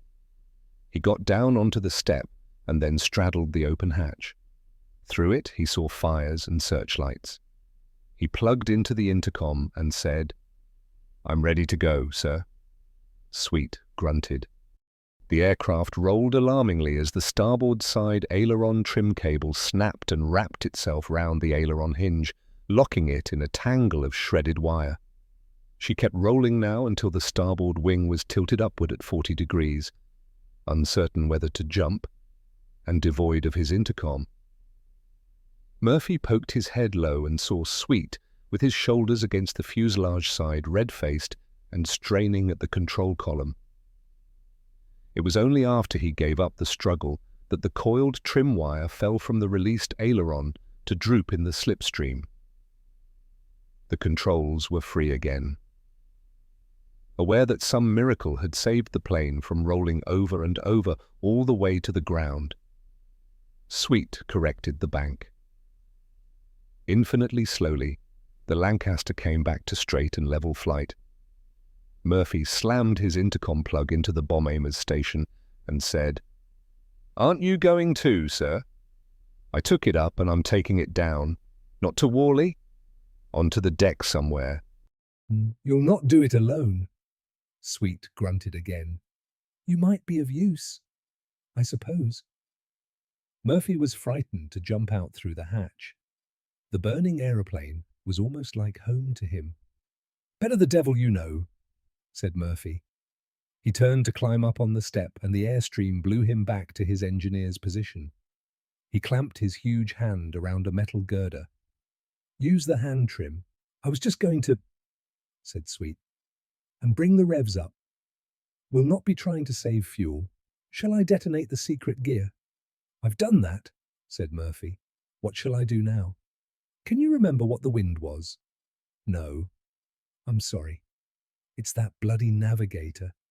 He's gone, I suppose. He was always bloody useless. Never mind him. There's just the two of us left." "What about the night fighter?" asked Sweet nervously. "Ah, I was forgetting him," said Murphy dryly. "Yes, there's three of us, really." Oh, Himmel was very close to them, watching the blazing bomber with a fear and fascination. "Poor fellows," said the observer. It was clear that the crew were struggling to keep her flying. "They burn our cities and bury our people alive," said Himmel. He moved into position for the coup de grace. He had come up a few points to starboard now and was dazzled by the burning engine. A flak shell burst near the Lance's starboard wingtip, and both aeroplanes jolted. "The flak will probably claim her," said the observer. "They claim everything," said Himmel. He still did not open fire on the stricken bomber. He throttled back, and suddenly there were bright blue and yellow flashes from his own exhaust. Himmel knew the revs were dropping before he looked down at the gauge. Perhaps it was the vibration through the control column or a slight modulation of the engine's sound as the plugs began to oil up. Just the starboard motor, boost and oil pressure too. The valve was seating badly, and again the mixture ignited in the exhaust manifold and gushed flame. That damned motor. If Kugel had changed the engine instead of trying to save Luftwaffe money by fobbing him off with a new set of piston rings, there would be another Tommy downed. "Tighten your straps," said Himmel. "It's a piano out of the 5th floor." So as not to alarm his crew, he used the slang term for a forced landing. Neither of them replied, but he saw the observer touch his parachute as if he could not depend upon his eyes to tell him it was to hand. She would cut at any moment. And when she does, that radar array will grant her the aerodynamic perfection of a broken brick. He put the nose down steeply, for he needed every bit of airspeed he could muster if he was to get them down in one piece. The variometer needle sank. Above them, the blazing Tommy was straightening out and flying level again. Butterbrot from Katza 9. Butterbrot from Katza 9. SOS engine failure. S engine. Map reference Ludwig Nordpol 6, supplied Himmel's radar operator hurriedly from the rear seat. Ludwig Nordpol 6, said Himmel. Order, steer 180, came the reply. Himmel was already heading that way. He knew they would want to take him as far away from the route of the enemy as they could. Anxiously he watched the cloud patches. To Port the Ruhr was under its usual blanket of smog, although here and there he could see the dull red smudge of a steel furnace. He steered away towards the flat, open country. The liaison officer at Deelen was referring to his distress map. On it, airfields with blind landing apparatus were distinguished from emergency strips. High ground, obstacles and high-tension cables that would prove a hazard to a crippled plane were all indicated. Quickly, he chose an airfield. Selected searchlights over which Himmel was flying tipped their beams almost flat along the surface of the ground. From 15,000 feet, they were like grey roads, all of them pointing to the distress airfield. "I can see them now," said Himmel. "Announcement, radishes, and shroud too," promised the liaison officer. "Yes," said the observer. "We see it," said Himmel. The starboard engine coughed twice and cut. Himmel feathered it and switched it off. Ahead of him, a searchlight beam held upon a piece of cloud. That was the promised shroud.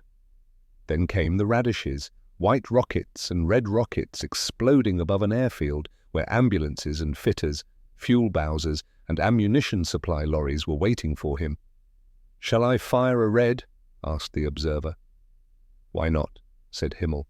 "We'd better contribute something to the party." He tuned in to the blind landing frequency and heard a single high note. They were exactly on course. Himmel was about to lower his flaps, but on impulse he defeathered the propeller and switched on the ignition. The airstream spun the blades and it fired and roared into life. "You bastard," said Himmel. Neither of his crew spoke. They could almost taste the hot coffee that was awaiting them. He pulled the stick back and turned towards the bombing to look for the aeroplane he had half killed. When the water supply dried up, Bodo Reuter, the Tino officer, took an H.J. Boy's bicycle and cycled through the bombs and shrapnel to report to the burgomaster at the Rathaus. He hurried through the sandbagged entrance and pushed past the police chief. Impatiently he waited while a messenger from Frenzel's Stube completed his report. A bomb there had killed 25 people, including 8 of the burgomaster's guests who had been having a few final drinks in the bar. The ground floor of the Stube had been converted into an emergency mortuary. "Next," said the burgomaster, turning his blank eyes to Bodo Reuter. It was as if he had not heard the report, thought Bodo. And perhaps he hadn't. Perhaps he was waiting until tomorrow before coming to terms with such news. "Why didn't you phone?" "The phones have gone, Herr Bürgermeister. The western half of the power net is out of action. I could have phoned you from Party HQ, but that journey was almost as long as coming here directly." "The western side?" said the Burgomaster. He looked at his telephonist. She nodded. In the part of town near the old market, the electricity supply was carried on overhead wires from building to building. Some of those streets were now tangled with broken wiring, impeding pedestrians, blocking traffic and injuring cyclists. "Report," commanded the Burgomaster. "The city stream is flowing well, Herr Bürgermeister, and the broken pipe on Münchenstrasse has been repaired. but there is hardly any water coming through it. Why? They have had 4 or 5 bombs on Münchenstrasse. Only the first bomb made a crater in the road and severed the pipes, but the others have cracked the joints. There might be a dozen leaks along the length of the street. It would take many hours to dig down to repair them. The burgomaster listened to Bodo with an almost inhuman calm. He turned back to his map. At first he had placed a big red pin into the site of each bomb, but it was 10 minutes since he had run out of red pins. He fingered Münchenstrasse and without turning round said, "Voss's house was hit. Voss is dead. Herr Bürgermeister. He was putting sand upon an incendiary bomb when he was killed by blast. Some of them contain an explosive charge." "The fool," said the burgomaster. Outside there was no respite from the bombing. "Run hose the whole length of Münchenstrasse. Take your water directly from the city stream." "Do you realize how much hose that is?" objected Bodo Reuter. "And what will it give us? One single branch. We may as well pee on the fire." "There's no alternative," said the burgomaster. His hair was standing up from his head. His stiff wing collar had come unclipped from his collar stud, and it waggled in the air, making him look like a music hall comic. Reuter turned to leave, but the burgomaster took his arm and dragged him roughly towards the map of the town. There was a tremendous explosion nearby, and although the others in the room ducked, these 2 men seemed not to hear it. "Where?" said the burgomaster. "Show me where." His voice was not his natural one, and for a moment the fireman was afraid of this comical-looking wretch with the scarecrow evening suit and white brick dust down his waistcoat. "We'll string out the hose, Herr Bürgermeister," said the fireman. "No alternative," said the burgomaster. He said it as though it was a little dictum that he lived by, and indeed for the last half-hour he had. A Luftschutzgirl finished typing a short note and passed it to the burgomaster for signature. He called an HJ messenger. It was little Jürgen Löwe, the barber's son. "Cycle quickly to Näringstrasse. The fire at the bakery. They must demolish the houses behind it to create a fire break. The senior Tino officer will need this written order." "I've no bicycle, sir." "How dare you come here without it? The safety of the town depends upon a good messenger service." Jürgen was only 14. This was his first week of official duty, and he was downcast by the burgomaster's scolding. "You'll run all the way, and next time you come on duty, don't dare forget your bicycle." "I didn't forget it, sir," said the child. "I was blown off it at the corner of Dorfstrasse and Zillestrasse. I could only find a wheel, and that was badly bent." "Get along with you, or," said the burgomaster. "And be careful." The little boy ran out of the room clasping his blue-painted messenger's helmet as though it was an iron cross. "It's finished," said the telephonist. "The bombers have gone." She logged the call from the observer post on the Venlo Road, and soon there were more calls confirming the report. Scarcely believing it, the burgomaster climbed the steps from his control room like a man whose joints had aged overnight. The others followed him, and as they emerged through the sand-bagged entrance, the glare made them half close their eyes. The fires were dragging the air across the flat farmland and creating a warm breeze. The more air consumed at ground level, the higher were the flames, and the greater was the heat at the fire's center, and the lighter its color. Apart from the spectacular sight of the gas holder, the highest flames were from the nurses' training center. Thank God that, at least, was evacuated without casualties. They could feel the heat of the fires and hear the roar of them. But the hum of the aircraft had all but disappeared. Suddenly, from the Lieberfrau Church, there was a tremendous crash. A sheet of flame rose and sprinkled white-hot sparks across the roofs of the town. The firemen had been expecting it. Half of a canister of incendiaries jettisoned by Monroe's young brother Ian had been the deciding factor. Molten lead had been dripping onto the firemen below for some minutes. As soon as the men on the church roof saw the trusses buckling, they hurried back down to the ground. The bells fell soon after that with a monstrous din. The stonework of the outer walls was expanding, and it made angry growls and sudden cracks. The nave of the church was ablaze, and the great stained-glass window had never shone more beautifully than it did in the Lieberfrau's final agony. A buttress fell with an awful crash. The stonework continued to expand until, with an earth-shaking roar, it released the roof upon the burning interior.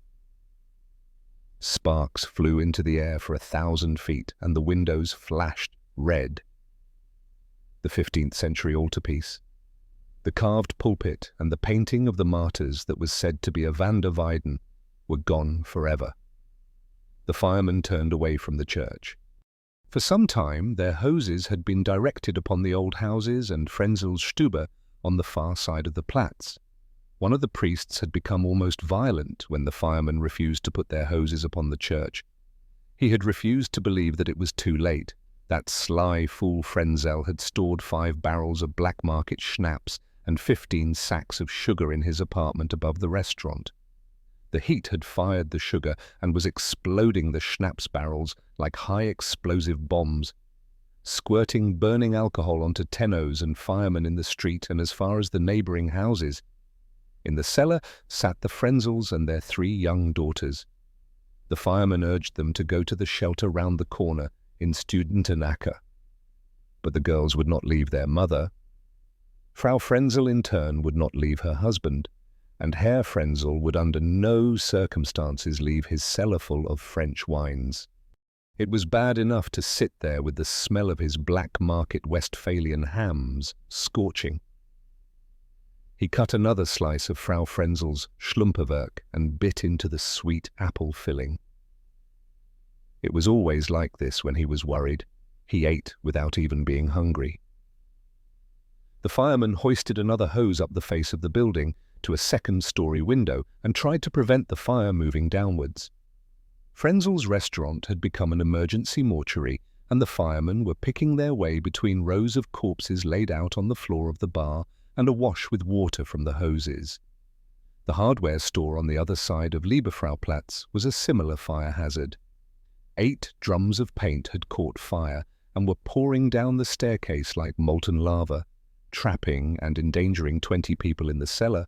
The tennos were digging towards them through hot masonry.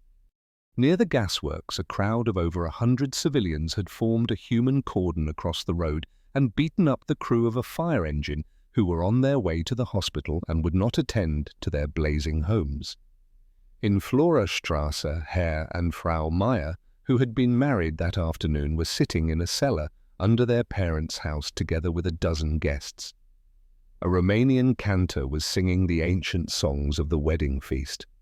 Herr Hollander, the man who had married the couple that afternoon, was at that moment opening the heavy door of a deep shelter in Kaiserin Augustastrasse. He looked in every few minutes. It was a grimy street, not far enough away from the gasworks to be disassociated from the slums that surrounded it. Correctly garbed and with dimmed torch to hand, he looked around and then noted the time. Most of the occupants were brewery workers who, on account of their early rising, resented bitterly being told to take shelter. It was the law, as Hollander told them this night. It wasn't a decision of his. It was the law. Most of them were snoring, and there was a smell of stale breath and unwashed bodies.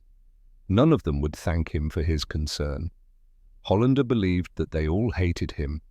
He believed that they thought him a rodent-faced bureaucrat who used his job as blockwart to interfere and pry into the business of his neighbors with the full backing of authority. Hollander's wife was a meek little creature, the rat and the mouse, someone had once called them. She did not believe that anyone could think such things of her husband, let alone say them. She was wrong, and he was exactly right. He closed the door behind him and hurried up the stairs. He had the keys of all of their apartments in his bag. Perhaps he should make sure that no firebombs had fallen into any of them. His was a grave responsibility, and he met it with diligence and thoroughness. Perhaps the first apartment should be old Frau Kleitmann's.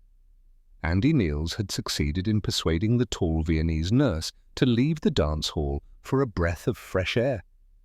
But she wouldn't go to the annex with him. So they had gone out across Collar Meadow and had been lying on the grass in a state of semi-undress when Tommy Carter's Lancaster arrived. One of his TIs splashed fire upon them so that they had assumed the strange boxer's pose that burned bodies take up. Both of them had shrunk to 4.5-foot lengths of carbon. For all the people in Altgarten, the departure of the bombers brought a merciful quiet for which they had almost ceased to hope. Although warm winds roared through the narrow streets to feed the fires and carry away the cries of the injured, dying and trapped. At least most of the town was still intact. 260 bombers had attacked Altgarten in the 28 minutes between 01:24 and 01:52, which is an average of 9. 3 aircraft per minute of these aircraft. 156 bombed within 3 miles of their aiming point. Only 8 aircraft ignored the Altgarten fires and passed over them to bomb Krefeld by means of the H-2S apparatus. Most of the aircraft had a bomb load of 14,000 plutons, and although 25% of the RAF's high-explosive bombs were duds, it still meant that for several minutes at a time in Altgarten it was no easier to distinguish between the explosions of individual bombs than it is to identify those of a fast-revving car engine. Now that the bombers had gone, the silence was curiously oppressive. When the burgomaster spoke, his voice seemed unnecessarily loud. "Thank God," said the burgomaster. The others turned to look at him. It was not a National Socialist sentiment. The burgomaster did not care. "Thank God," he said again. There were clouds across the moon, cirrostratus thickening to become altostratus. Half an hour ago, the moon had been a sharp-edged disk with a halo, but now it had become a soft, white blob. For a moment, the moon darkened behind the thickening cloud. There were chunks of fractostratus too, scudding across the town so close to the rooftops that they glowed bright red and flickered like little private hells in the sky. "Filthy swine," said Oberzugführer Bodo Reuter. "The Münchenstrasse pipes," said the burgomaster. "Immediately, Herr Bürgermeister," snapped Reuter. He took his small bicycle and found it difficult to ride. Odd that he had had no difficulty riding it when the bombs were falling. "All of your hose to Münchenstrasse," shouted the burgomaster after him. Miles to the west, there was the rumble of anti-aircraft fire as the returning bombers passed over the massed batteries near the Dutch frontier. The diesel pump in the Tenno yard had been destroyed, and the tank below it was afire. A thin snake of black smoke crawled through the back streets near the railway, bringing oily smears, motes of soot, reddened eyes, and a taste that reached into the back of Bodo's throat. He bit into the wet handkerchief tied across his face and pedalled faster. At the corner of Neustrasse, he stopped and stared. A curtain of dust, eddying and swirling in the air currents, moved towards the fires on Dorfstrasse. Those fires, Schmidt, the butcher's, the old insurance building, and Becker's dress shop, shone through the smoke as a fairy ballet through a theatrical gauze. By their light, Reuter could see shop window dummies, broken, stiff and denuded by blast, scattered among the debris on the pavement. Except that where the fires burned most brightly, it was clear that they were not dummies. But it was not the fires or the bodies that made Reuter stare. It was the absence of the entire city block that until tonight had separated Dorfstrasse from this corner. Over 100 yards square and 4 stories high, it was now a tangled mess that, apart from a couple of chimney breasts, stood nowhere taller than a man. The 2,000-pound bomb from Jammy's aircraft had exploded there. Yet elsewhere, this night there fell bombs 4 times as heavy as that one. Bodo climbed back onto his tiny bicycle and hurried to Gerd Bull, near what was once the house of Voss. "You keep looking across there, sir," said Bodo Reuter. "It's Voss's place. My cousin's housekeeper is in the cellar." Bodo noticed that his friend's eyebrows had been scorched, and he could feel that his own were too, and his lips were cracked and raw. They both looked at the pile of rubble where another 1,000 Li MC had demolished Voss's house. Neither of the men spoke. There was nothing they could do. Finally, they walked to the hole in the road. Their torches probed around the crater with the deft, professional touch of surgeons examining an open belly. It had been neatly done. The gas pipes were plugged with wedges and, farther along, the twisted, brightly coloured electricity cables were roughly clamped across the charred ends, as if with artery forceps. The special fire and police phone lines had also been given first aid. Lower than those, so that the water could not leak and cause a short circuit. There were the small-capacity street water supply pipes, but the torches did not linger upon that side of the crater. The problems were all in the centre of the street. A layer of cobblestones had been scattered for yards, and the paving and broken stone under it had collapsed into the crater. There the gas pipes bent drunkenly, and the 35-centimetre water pipe was leaking at its joints. Deepest of all, and along the very centre of the street, just exposed at the bottom of the crater, was the main sewer. It received the street's strong, domestic, sewage, as well as weak sewage from gutterings and rainstorm water from the street drains. The sewer pipe was lower than the water pipes so that it would receive any water that might leak from them. This, like many of the main sewers through the oldest part of town, was simply the medieval gully. Now, water from the broken mains was coursing through it, moving southwest towards the sewage works. "A few sandbags would do it," said Gerd. "It's worth trying," agreed Bodo. "Find the sewage manhole on Dorfstrasse. Block up the outlet with a few sandbags, wait for the water to fill the sewer, and then use the manhole as a sump from which to pump water. Suppose the water level gets high enough for the sewage to get into the town water supply," said Bodo. "It will be the devil of a job to clean." "Then you can blame me," said Gerd. For a moment, Reuter was silent. Then he said, "Very well, Gerd, you are the doctor of engineering." The group of tennos were waiting for their next orders. Meanwhile, they had been giving the distracted Blockwart Storp a hand to dig down towards his cellar. Reuter said, "Find the Dorfstrasse sewer inspection manhole and block the outlet with sandbags, then tell the senior fireman at the hospital that he can take water from there." "Raus!" shouted Reuter, and his men leaped aboard their lorry. The Blockwart called upon them to come back. "There are 18 people under here," he shouted. The lorry lurched forward. "There are 300 people in the hospital," said Gerd gently. "Your wife will be all right until we put that fire out." The Blockwart nodded.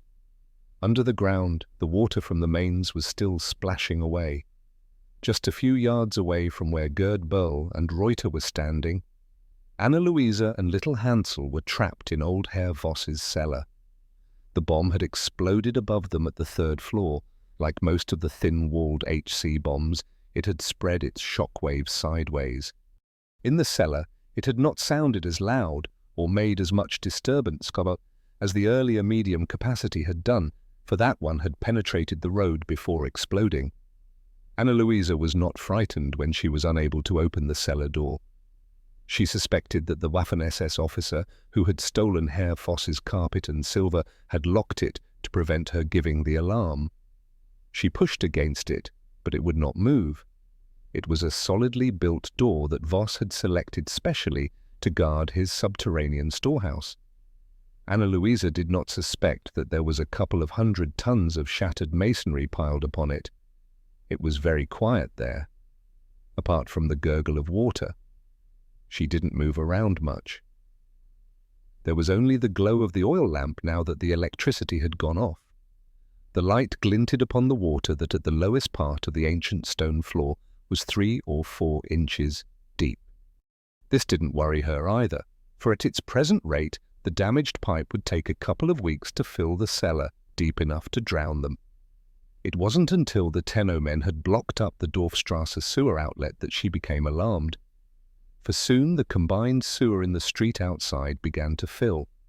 Half a dozen leaks along the whole length of the street were draining into it, and the level backed up until it crept along the sewage pipe to the house. At Voss's house, it reached the broken pipes above the cellar, and then these too added to the flooding. For 10 minutes she was horrified by the amount of water coming in. One side of the cellar was 6 inches deep in water, but after that it virtually stopped. It stopped because the firemen began to pump water from the Dorfstrasse manhole, which by now had formed a sump. At last the firemen at the hospital had a reasonable supply of water to fight the fire. For them the fire had become a live enemy. With their newly found supply of water they were able to take their revenge upon it. 6 branches were in operation on the Dorfstrasse side of the hospital. Now that the patients had been moved along to the intact wing of the building, it could only be a matter of a couple of hours before the blaze was completely under control. i.e., surrounded and reducing in area. Of course, it was uncomfortable for the patients. At first, they had been close to panic, and there was a time when the Oberstarzt from the amputee centre had brought 10 armed soldiers to the hospital and told them to be ready to restore order in the wards at pistol point. The turning point in hospital morale was when Frau Thorn had thrown the contents of her bedpan over a burning chair in the surgical ward. The story had gone through the hospital like lightning. Everyone knew Frau Thorn, and everyone had laughed. It seemed to have restored the stoic German calm. The beds were crowded, with hardly an inch between them. Patients were mixed up. Women and men were crowded together into corridors and storerooms, but no one complained. In one ward they were singing. Across the road at the Amputee Rehabilitation Centre, the Oberstarzt gave a sigh of relief when the bombing stopped. Already the hut nearest to the hospital fire had burst into flame. The radiation had heated the flimsy woodwork to a temperature where sparks falling upon the roof set it alight. There was no panic. There were enough soldiers among his patients to quell the spoken fears of the civilians. The nurses, helped by patients with only arm amputations, wheeled the beds out of the huts just before the walls ignited. Unfortunately, those patients had to be left out in the open fields, and already metal fragments had injured 3 of them, and this had caused the others to become uneasy. But, as the Oberstarzt said, some of the patients in the huts were also being injured by fragments of broken glass. It had been a trying time for the Oberst, and he was no longer young. It was natural that people should think that the trainees in nurses' uniform were skilled enough to handle casualties, but many of them were shopgirls and domestic servants with only a few days' training behind them. Even the fully trained girls were really only to be trusted with dispensing hot drinks and emptying bedpans. Goodness knows what damage the trainees had done this night. "Put all the patients out on the field," said the Oberst. "We'll cool the huts off with buckets of water." Meanwhile, on the other side of town at the Wald Hotel, a crisis of another kind had occurred. It was a fine Edwardian building set in 2.5 acres of parkland. Because of the high walls and the barbed wire, as well as the constant howls of fierce dogs, it was widely believed that the Wald Hotel was a secret SS center of considerable importance. One rumor said that it housed Jewish millionaires who had bribed the SS to get them out of concentration camps and now lived here in luxury. There were stories about it being a stud farm for SS men on leave, as Frau Hinkelberg had suggested. Another rumor said that Stalin's son, captured on the East Front, was held prisoner here. In reality, it was simply a Waffen-SS dog training center, and the screams heard at night were the yelps of hungry dogs. The dogs began to bark from the moment that the first HE bombs fell near the waterworks, and the excitement of the sentries communicated itself to the dogs, for they were trained to respond to human intentions. Ian Munro's Sterling had jettisoned its bombs when Redenbacher opened fire. Then it came low from the south across the bomber stream. Only 2 of its motors were still functioning. One of the others had run away, and the crippled engine was tearing itself to pieces and screaming like a dental drill. It disappeared over the rise in the ground beyond the waterworks. still trying to gain height. The eager Heimatflak boys from the brewery had a go at it with their 2 centimeter batteries, and the sky above the trees was crisscrossed with tracers, and the smell of the firing drifted through the dog cages. The sounds and smells added to the excitement of the dogs, and the barking increased until the dogs were running up and down their compounds in great agitation. It was the 8,000-pound HC blockbuster, the largest size of bomb dropped that night, that demolished a row of new houses near the cemetery and sent the dogs berserk. In one compound, the dogs threw their bodies against the wire netting of their compounds, uncaring of the pain and blood. The netting tore open and the dogs ran through the hotel garden. Mausiszewski was on guard duty. He shot one dog, but was set upon by the rest of them and badly savaged. His brother opened fire and killed 2 of the dogs, but galvanized by fear, 5 other dogs escaped over the gates. Poor little Mausi died of his wounds 20 minutes later, whereupon Hannes visited each of the dog compounds and shot the dogs. In 25 minutes he killed 87 dogs, some of them fully trained and already assigned to a mountain regiment in Yugoslavia. Hannes was arrested by the guard sergeant, disarmed and locked in the old wine cellar. There was no wine there. Standartenführer Wirth cursed the noisy dogs, but as the bombing stopped, he returned to a pile of paperwork. He was sitting at a writing table in his suite on the first floor. He had chosen this room not because of its proximity to the lake, but because it had thick walls and was as far from the dog compound as he could live. His orderly entered the room at 02:00, bringing with him a young NCO with torn trousers and a bleeding leg wound. The NCO delivered a report about the Scheske brothers and the maddened dogs. "Tell Henschel," said the Standartenführer. The NCO knew no one of that name.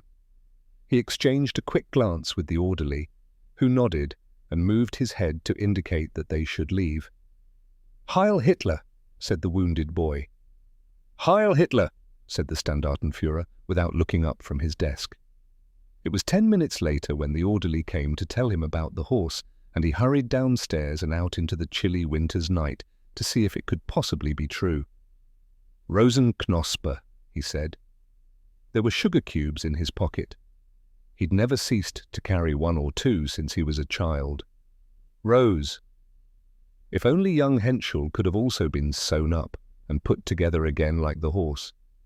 Who in the regiment remembered him and had recognized the horse? Someone assigned to a veterinary farm. Perhaps. Rosenknospe. "You're not as young as you used to be. Old girl." The horse whinnied. The smell and the voice had helped her recognize him. How long since he'd ridden? Such a fine horse. She'd be well cared for now. Dieter Witting, the Standartenführer's orderly, dozed for a few minutes after the last bombs. He was awakened by the bell and looked at the clock. It was a closely guarded secret that the CO could not go to the toilet without the assistance of his orderly. Witting put his overcoat over his pajamas and took the case containing the syringe and tablets just in case they were needed. He went in without knocking. As was his usual practice when answering a summons, Wirth was sitting upright in his chair, staring straight at the door. Witting wasn't frightened. Wirth tried to speak, and his orderly bent close to his mouth. "Rosenknospe," whispered Wirth. "Rosebud." Witting had seen many men die, and often their last words were incomprehensible. "It's going to be all right now, sir," said Witting. "Yes," said Standartenführer Wirth, and died of frostbite and wounds suffered 18 months before. The burgomaster did not return to his control room. The planes had passed over, and anyway all of his phones were out of order. From now on, the air raid services must work on their own initiative. He took one of the portable stirrup pumps from the entrance and walked towards the red glow of the old town. He walked through his town in horrified disbelief. By the lights of the big fires near the gasworks, he could see a whole row of slum housing that was simply a one-wall facade like a film set. The houses themselves had disappeared. Alongside the railway station, a locomotive had jumped its tracks and was now several feet away from the railway lines.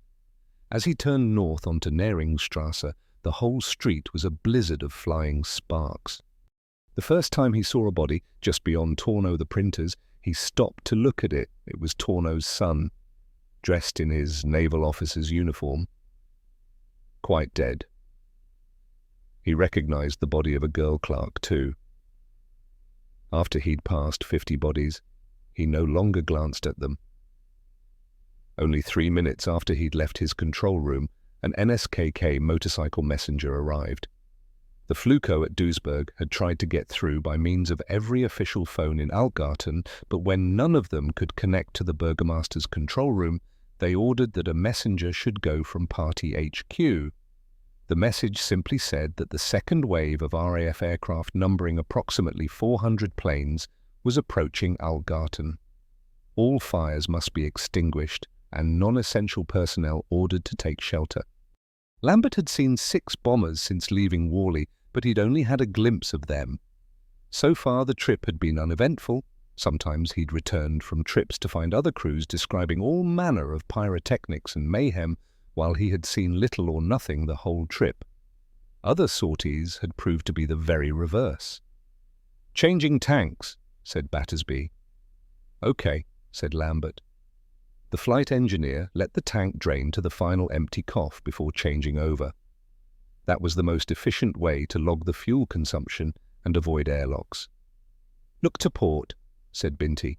"The searchlights have coned some poor bastard, and the flak is coming up like confetti." Instinctively, Lambert touched the rudder to steer away from the flak. Digby was still in the nose. The target was full of coloured lights, flickering and winking as the heat rose. There was smoke, too. The flares and fires under it made it glow, and the heat and blast made it ripple and bubble like milk boiling out of a saucepan.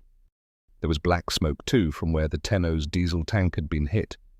Once Digby saw a shockwave expand across the brightest fire and wobble it like a red currant jelly bow. "I'd like to bomb those flak bastards. What say, skip? That I save a couple of £1,000 for the flak. We could, fighter, and port beam," said Flash Gordon. His 4 machine guns were joined an instant later by the upper turret's 2 guns. "He's attacking someone else," said Binti. Just a couple of 100 yards to port, the thin line of incendiary shells turned like the sweep second hand of a clock as the night fighter closed upon his victim, changing his angle of attack, and then climbed away into the dark. Bomb doors open. It had begun. They were fixed on the tramline course that would take them across the center of the target's fires and into its flak. It looked like a child's birthday cake.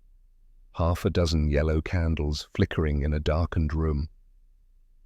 A kid's birthday cake. Left. Steady. The plane ahead was on fire. Its propeller blades slowed as they feathered, but the flames were getting brighter by the second. Steady. Right. Hold that nicely. Hold that steady. The night fighter would come in again as sure as God made little apples, and when he did, creaking door would be brightly illuminated by those damned flames, brighter still. Its cowling is breaking apart. Steady. Left. Please, God, make him go down. He doesn't have to crash. If he'll just go down, please, God, just 1,000 feet, right. Steady. 500. Then, a crash of flak made the wing lift. There was a patter of shrapnel. "Come in," said Jimmy. "You're veering." "Skip. Left quite a bit. Even if it's Mickey Murphy. Make him go down. That night fighter must be behind us at this very moment. Steady. Even if it's my mother. The light from the burning Lancaster was worse. They'll never save it now. Jesus Christ, that's another pass. That's the night fighter's cannon shells punching those pieces out of him. Get out. Jump. Jump. Jump. You bloody fools. The rear turret is hanging in shreds like a bundle of bent wire. So where are the parachutes? She's leaping about like a punch-drunk boxer. The propeller blades must have broken on the other side. Left. Left. Smoke everywhere, but... Skipper. I can't bloody see. Okay, hold her like that. The pilot in the burning plane was throttling back. The distance between them narrowed and the tips of the flames seemed to be trying to get into their own airstream. Closer. So don't look. Look at the instruments and look at your engineer. Battersby was staring at him in horror. Lambert nodded encouragingly and Battersby turned back to his panel. He thinks I can save him. They all do. Why the hell should they pick on me? Steady. Left just a fraction. Steady. That's good. She's well alight, said Digby calmly. He was only speaking of the target. I'd forgotten the target. I died. They're having trouble to hold that blazing coffin, and in a moment it's going to stall, and we'll fly into it. Steady. God, it's coming closer still. Drop the bastard bombs, someone shouted. It was a high-pitched, anxious voice, not recognizable as any one of the crew until the cry was repeated and Digby identified it. Here she comes. Skip. Keep your hair on, Digby told him calmly. Is he so glued to that bomb site that he can't see that the whole sky is ablaze with this bloody great dying Lancaster almost touching our wingtip? Make it go down. Shoot it down. Anything but just darkness. Pleased? Just darkness. Nothing should hold on like that. It's obscene. Perhaps they're all dead in there and it's on autopilot and it will fly in the stream on autopilot all the way to England with us. Who says you'll get that far? Lambert? Perhaps this is it. Good night, nurse. Blow out the candles. Bombs gone? Said Digby. His voice was completely relaxed, until he too saw the bomber losing height alongside them. My flaming oath. The other Lancaster's fuel was atomizing as it left the trailing edge of the wing and burning like a gas flame. A flare caught fire as it fell out of its flare chute. So white it seemed almost blue in a world-coloured yellow and pink and red. Hold her steady. Skip, for the photo, said Digby. Lambert saw green and red pistol flares make a string of brightly coloured beads as they were jettisoned, already alight. He looked at Battersby, who was occupied at his panel. The cockpit was golden with the light of the flames, while 30 of the longest seconds in the history of the world ticked past. You cow. Flare chute's bent. Skip. The bloody flash is jammed in it. Jimmy's voice. Kick it out, said Lambert. I'm not holding this forever. It won't budge. Make it bloody budge, said Lambert. All that, and they hadn't even got a picture for the photo ladder. He sighed as he banked the bomber over and slid into the darkness, away from the fiery aeroplane that Murphy and Sweet were trying to coax back to Earth. That aged me 10 years, said Jimmy Grimm, who had been watching the burning bomber. Any luck with the flash? Jimmy? Still trying. Skip. Grimm had echoed his thoughts, but captains just don't say that kind of thing. That would be the second time this month he'd come back without a photo. On the intelligence officer's board, the 3 rows of target photos arranged in chronological order would include one print that was merely a shiny blank card. Nor would there be caption detail either. It would be as if Creaking Door and its crew and its bomb load did not exist. Watch for night fighters. Everyone, warned Lambert. "'Kay, skip." The gunners acknowledged dutifully, although they had not ceased searching the sky for one instant. Lambert tasted the stink of rubber in his oxygen mask and knew that he had broken into a flush sweat of fear.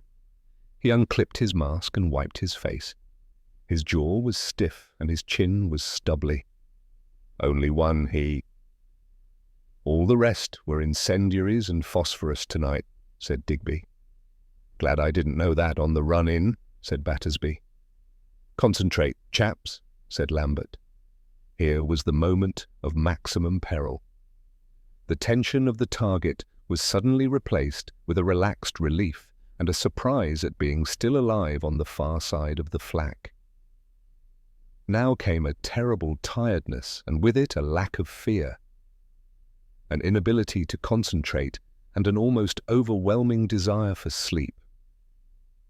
Men had returned to tell stories of crewmen, even pilots, who fell completely asleep on the return journey.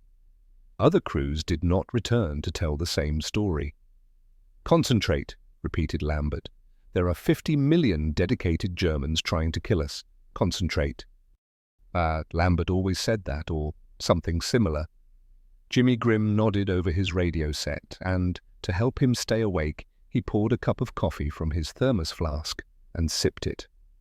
It was scalding hot. From his rear turret, Flash watched the target burning, a scattering of pink blobs. Suddenly, one blob swelled and went white for a moment. It was the roof of the Lieberfrau collapsing. Lambert's head ached. He slipped an aspirin into his mouth. Binty took his Benzedrine. Battersby entered up the fuel change in his logbook. In his navigator's log, Kosher wrote, "Unidentified 4-motor aircraft on fire over target." By now the moon was high. It wasn't the golden orb that dust particles color for men on the ground. From here they saw it as it really was, a cold, blue cipher in the sky. The landscape was blue and black, and it was possible to distinguish dark patches that were towns and the edges of fields and trees.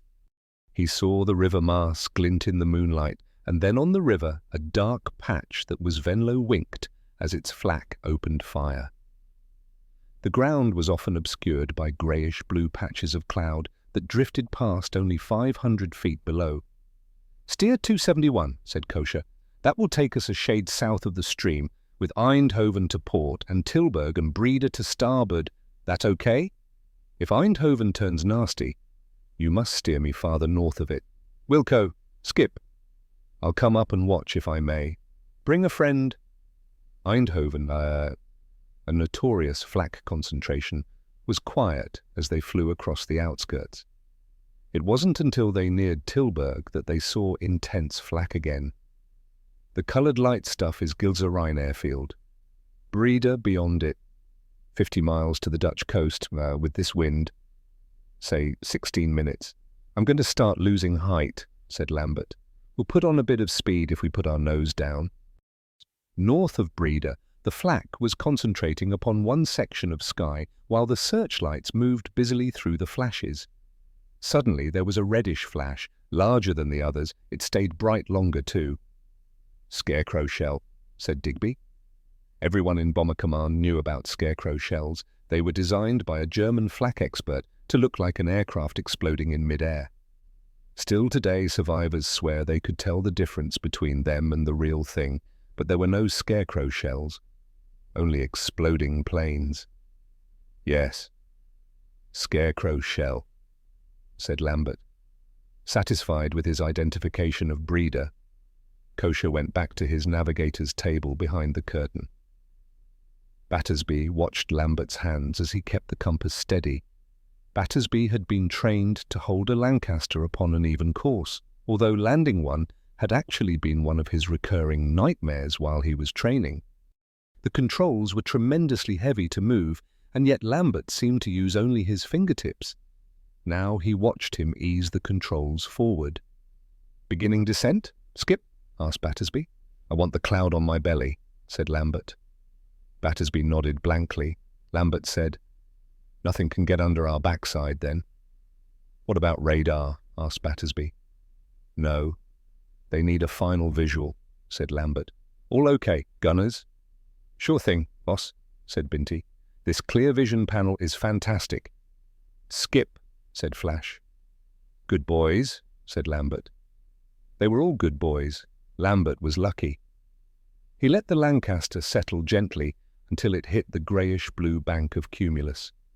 Shreds of it poured across the wings and tufts made the windscreen opaque. He let the aeroplane wallow in the cloud, churning it up and sliding under it like a child hiding in bedclothes. Make the most of it, thought Lambert. Ahead there was the Dutch coast. There, this ragged cloud, like the land below it, ended. A vast plain of inert black treacle stretched below them, glinting in the moonlight. That was the North Sea.